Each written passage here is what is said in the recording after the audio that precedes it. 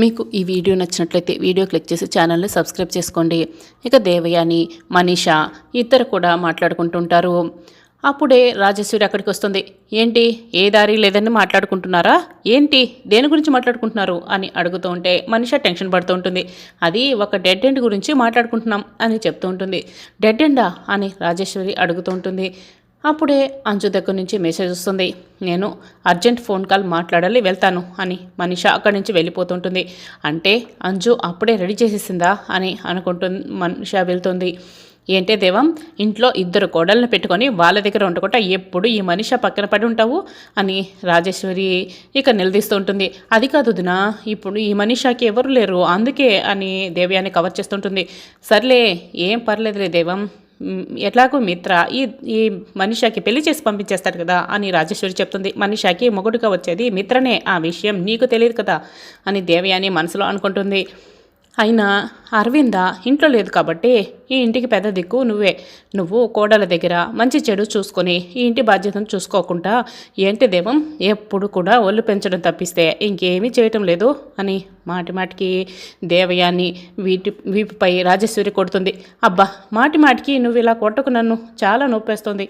పని చేయాలి అంతే కదా, నువ్వు వచ్చి రాగానే నా ఒంటిపైన పడ్డావు, సరేలే పని చేస్తానులే అని దేవయాని అక్కడి నుంచి వెళ్ళిపోతుంది. నాతో పెట్టుకుంటే ఇలాగే ఉంటుంది అని రాజేశ్వరి మనసులో అనుకుంటుంది. ఇక జయదేవ్ దీక్షితులు గారి శిష్యుడి దగ్గరికి వస్తారు. మాట్లాడుతూ ఉంటారు. ఏంటి, మిత్రకి మళ్ళీ ఏమైనా గండం రాబోతుందా? అందుకేనా దీక్షితులు గారు మిమ్మల్ని పంపించారు అని అడుగుతూ ఉంటాడు. మీ ఇంట్లో త్వరలో ఏదో చెడు జరగబోతుందంట, మిత్ర పరిస్థితులన్నీ మారిపోయాయి కాబట్టి మిత్రని మీరు ఎక్కడికి బయటికి పంపించదని చెప్పారు దీక్షితులు గారు. మరీ జాగ్రత్తలు చెప్పారు, ఇంట్లోనే ఉండమని చెప్పారు అని వారు శిష్యుడు చెప్తూ ఉంటారు. అవునా అని జయదేవ్ అయితే కంగారు పడుతూ ఉంటాడు. ఇక మిత్రకి రీయూనియన్ అని మెసేజ్ వస్తూ ఉంటుంది. చూసుకొని అరే మీ రీయూనియనా, మరి రేపు నైట్కేనా, అయితే కంపల్సరీ వెళ్ళాలి అని అనుకుంటూ ఉంటాడు. ఏంటన్నయ్య రీయూనియన్కి వెళ్తున్నావా? మరి ఎల్లుండే మీ వెడ్డింగ్ యానివర్సరీ డేట్ కదన్నయ్య, మరి మేము చాలా స్పెషల్గా సర్ప్రైజింగ్గా గ్రాండ్గా సెలబ్రేట్ చేద్దాం అనుకుంటున్నాము. రేపు నైట్కి అంటే ప్రాబ్లం అవుతుందన్నయ్య, కాబట్టి పోస్ట్పోన్ చేసుకోండి అని వివేక్ అంటాడు. ఎల్లుండి కదా మా వెడ్డింగ్ యానివర్సరీ, రేపు నైట్కి వెళ్తే రెండు క్లాష్ ఏమవ్వవు కదా. ఈ విషయం మనీషాకి తెలుసో తెలీదో నేను వెళ్ళి చెప్తాను, రేపు నైట్కి అయితే మేము కంపల్సరీ వెళ్తున్నాను అని మిత్ర అంటాడు. మనీషా నీకు ఈ విషయం తెలుసా అని మిత్ర అడుగుతూ ఉంటాడు. ఏ విషయం మిత్ర అని మనీషా ఏమీ తెలియని దానిలా అడుగుతూ ఉంటుంది. మన ఫ్రెండ్స్ అందరూ కూడా రీయూనియన్ పార్టీ అరేంజ్ చేశారు, అది కూడా రేపు నైట్కే. అంజలి వాట్సాప్ క్రియేట్ చేసింది అని. ఏంటి, నీకు మెసేజ్ రాలేదా? ఉండు, అంజలికి ఇప్పుడే కాల్ చేసి నిన్ను వాట్సాప్ గ్రూప్లో యాడ్ చేయమని చెప్తాను అని మిత్ర అంటాడు. అయితే ఈ మనీషాని అందరూ మర్చిపోయారేమో, అందుకే మనీషాని యాడ్ చేయనట్లున్నారు అని రాజేశ్వరి చెప్తుంది.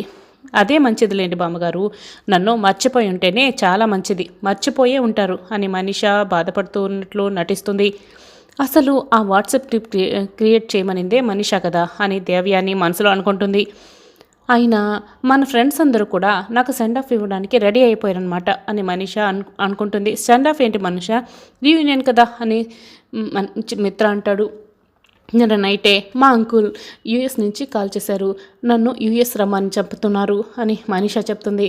ఏంటి మనీషా, నువ్వు అమెరికాకి వెళ్ళిపోతున్నావా? అయితే మాతో ఇక కలిసి ఉండవు అనమాట, మాకు దూరం అయిపోతున్నావు అనమాట అని దేవయాని చెప్తూ ఉంటుంది. అదేదో అండమాన్కి వెళ్తున్నట్లు, అది కూడా నీ కూతురు కొడుకు అయినట్లు అలా బాధపడిపోతున్నావేంటే దేవయం, అయినా అమెరికాకి కదా వెళ్తున్నది, ఎక్కడున్న వాళ్ళు అక్కడే ఉండాలి, అప్పుడే అందరికీ మంచిది అని రాజేశ్వరి చెప్తుంది.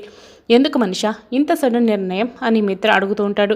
నీకు తెలియందేముంది మిత్ర అని మనీషా అడుగుతూ ఉంటుంది. అది మంచిదిలే మిత్ర, నువ్వెందుకు అలా అడుగుతున్నావు? మనం ఎలాగో ఈ మనీషాకి పెళ్లి చేయాలనుకుంటున్నాం కదా, అదేదో అమెరికాకి వెళ్ళి చేసుకుంటుంది అంతే కదా అని రాజేశ్వరి చెప్తుంది. ఆల్రెడీ మా అంకుల్ వీసా పాస్పోర్ట్ కూడా పంపించేశాడు, నేను రేపు నైట్ రీయూనియన్ పార్టీ అయిపోయిన తర్వాత వెళ్తున్నాను అని మనీషా చెప్తుంది. అంటే రీయూనియన్ పార్టీ అయిన వెంటనేనా మనీషా అని లక్ష్మి అడుగుతుంటుంది. అవునని మనీషా చెప్తుంది. ఇదిగో అమ్మాయి, అటు నుంచి అటే వెళ్తున్నావా, మళ్ళీ ఇంటికి ఏమైనా వస్తావా అని రాజేశ్వరి అడుగుతుంటుంది. లేదు బామ్మగారు, అటు నుంచి అటే వెళ్ళిపోతాను, తిరిగి ఇంటికి కూడా రాను అని మనీషా చెప్తుంది. అవునులే, మళ్ళీ ఇంటికి రావాలి అంటే నీకు బాధగా ఉంటుంది కదా, ఎందుకంటే మిత్రను ప్రేమించావు, మిత్ర లక్ష్మి ఏమో పెళ్లి చేసేసుకున్నారు. అప్పుడు వాళ్ళని చూస్తే నీకు బాధేస్తుంది కదా, అట్నుంచి అటే వెళ్ళడమే మంచిదిలే, నీకు బాధ వండుకుంటా ఉంటుంది అని రాజేశ్వరి చెప్తుంది. ఏంటి మనిషా బాధపడేది, రేపు బాధపడేది లక్ష్మి నేనే ముసల్దానా అని దేవయాని మనసులో అనుకుంటుంది. సరే, రేపే నువ్వు ఊరికి వెళ్ళిపోవాలి కదా, మేము నీ పెళ్లి చేద్దామనుకుంటే ఆ అదృష్టం మాకు లేదు కానీ నువ్వు బ్యాగ్ సర్దుకోపో వెళ్ళు అని రాజేశ్వరి చెప్తుంది. పైకి వెళ్తున్న మనిష లక్ష్మి వైపు చూస్తూ నవ్వుతూ ఉంటుంది. ఇక లక్ష్మికి అయితే డౌట్ వస్తుంటుంది. నీకు అన్నీ భలే కలిసొస్తున్నాయి అమ్మాయి, మనిష నీకు అడ్డు లేకుండా ఊరెళ్ళిపోతుందిలే అని రాజేశ్వరి చెప్తుంది. అక్క, రేపు నైట్కి రీయూనియన్ పార్టీ ఏంటి, అంతలోనే మనిష ఊరెళ్ళటం ఏంటి, ఇదేదో నాకు ప్లాన్లా అనిపిస్తుంది అని జాను చెప్తూ ఉంటుంది. అవును, ప్లానే, రేపు మీ అక్క కాపురంలో మనిష కుంపటి రాజైపోతుంది అని దేవ్యాని మనసులో అనుకుంటుంది. మిత్ర అయితే ఆల్రెడీ ఫోన్ కాల్ రావడంతో ఇక మాట్లాడుకుంటూ అక్కడి నుంచి వెళ్ళిపోతాడు. నాకు కూడా అదే డౌట్ కొడుతుంది వదిన, మనిష ఏదో ప్లాన్ చేస్తుంది అని వివేక్ కూడా చెప్తుంటాడు. ఆయన అన్నయ్యని వదిలి వెళ్ళడం అంత తేలిక కాదు కదా, ఇప్పుడు సడన్గా అమెరికా అంటుంది, ఏంటా ప్లాన్ అని వివేక్ అడుగుతూ ఉంటాడు. రీయూనియన్ అంటే ఓకే, కానీ అమెరికా అంటేనే నాకు కూడా డౌట్ వస్తుంది, ఆ ప్లాన్ ఏంటో తెలుసుకోవాలి అని లక్ష్మి చెప్తూ ఉంటుంది. ఇంటికి వచ్చిన జయదేవ్ అయితే శిష్యుడు చెప్పిన మాటల్ని పదే పదే గుర్తు తెచ్చుకుంటూ చాలా టెన్షన్ పడుతూ ఆలోచిస్తూ ఉంటాడు. తమ్ముడు అని రాజేశ్వరి 10 సార్లు పిలిచినా కూడా పట్టించుకోడు, పలకడు. అమ్మ లక్ష్మి, మీ మామయ్య గారు ఎండను పడొచ్చారు, ఒక గ్లాస్ మంచినీళ్ళు తీసుకురా అని రాజేశ్వరి చెప్తూ ఉంటుంది. తమ్ముడు, నిన్నేరా పిలుస్తున్నది అని తమ్ముడు అని గట్టిగా పిలుస్తుంది. ఏంటక్క చెప్పు అని జయదేవ్ పలుకుతాడు.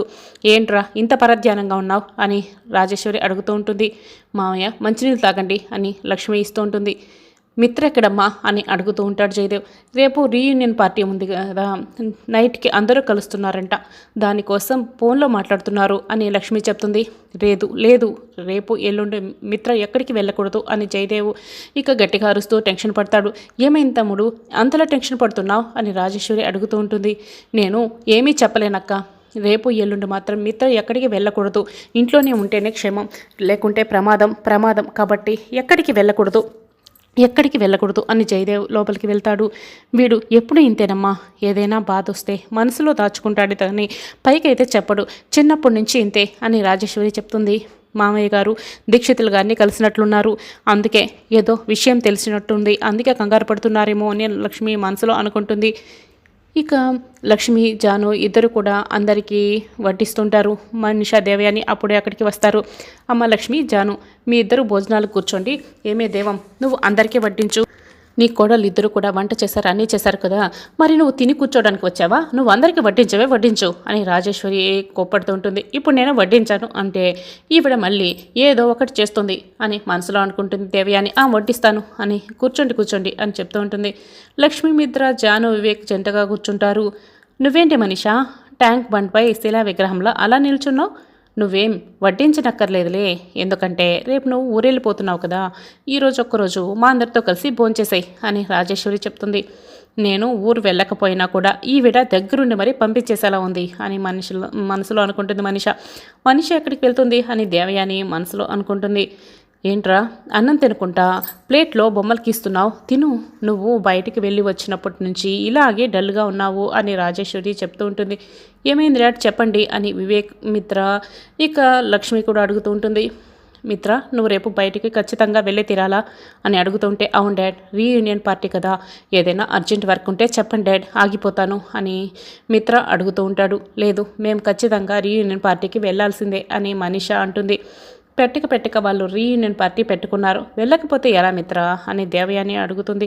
మిత్ర, అయితే లక్ష్మిని కూడా నీతో పాటే ఫంక్షన్కి తీసుకువెళ్తావా అని జయదేవ్ అడుగుతాడు. నేనే ఈ విషయం చెప్దామనుకున్నాను, అందరూ వైఫ్తో పిల్లలతోనూ వస్తారు, లక్ష్మితో పాటే జాను వివేకులు కూడా తీసుకువెళ్తాను అని మిత్ర అంటాడు. అయ్యో, వీళ్ళందరూ కట్టుకొని వస్తే నా ప్లాన్ ఎలా జరుగుతుంది అని మనిషి అయితే కంగారు పడుతూ ఉంటుంది. వాళ్ళందరూ ఎందుకు మిత్ర, మీ ఫ్రెండ్స్ అందరూ వస్తారు, లక్ష్మిని అనవసరం అనుకుంటే జాని వివేక్ కూడా ఎందుకు వద్దు అని దేవయాని చెప్తూ ఉంటుంది. లేదు, ఇలా అందరూ వస్తారు, నీకు తెలియదులే అని వివేక్ అంటాడు. ఏంటి దేవం, నీకేం తెలుసు, ఇలా మధ్యలో అడ్డుపడిపోతావు, నోరు మూసుకుంటావా, కావాలంటే నువ్వు కూడా వెళ్ళు, అక్కడ వెళ్ళిన వాళ్ళందరికీ కూడా నువ్వే దగ్గరుండి ఇలాగే వడ్డించు అని రాజేశ్వరి చెప్తూ ఉంటుంది. ఈ ముసలితేంటి నా మీద ఎలా దాడి చేసేస్తుంది అని దేవయాని మనసులో తిట్టుకుంటూ ఉంటుంది. అయినా అందరూ పెళ్ళం పిల్లలతోనే వస్తారు, ఈ మనిషి అలా పెళ్లి పెట్టకలు లేకుండా ఎవరుంటారు అని రాజేశ్వరి చెప్తూ ఉంటే, అబ్బా ఈ ముసలిదొకటి నాపై కూడా దాడి చేస్తుంది అని మనసులా అనుకుంటుంది. వీళ్ళందరినీ తప్పించి మిత్ర మాత్రమే వచ్చేలా చేయాలి అని మనసులో అనుకుంటుంటుంది.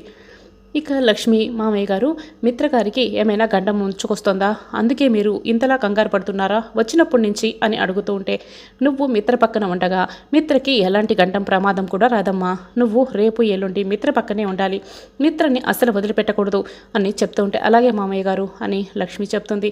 మా అక్క పుణ్యమా అని పెళ్లి పేరెత్తగానే మనిష అమెరికా పారిపోతుంది, నీకు పట్టిన శని వదిలిపోతుందమ్మా అని జయదేవ్ అయితే సంతోషంగా చెప్తూ ఉంటాడు లక్ష్మికి.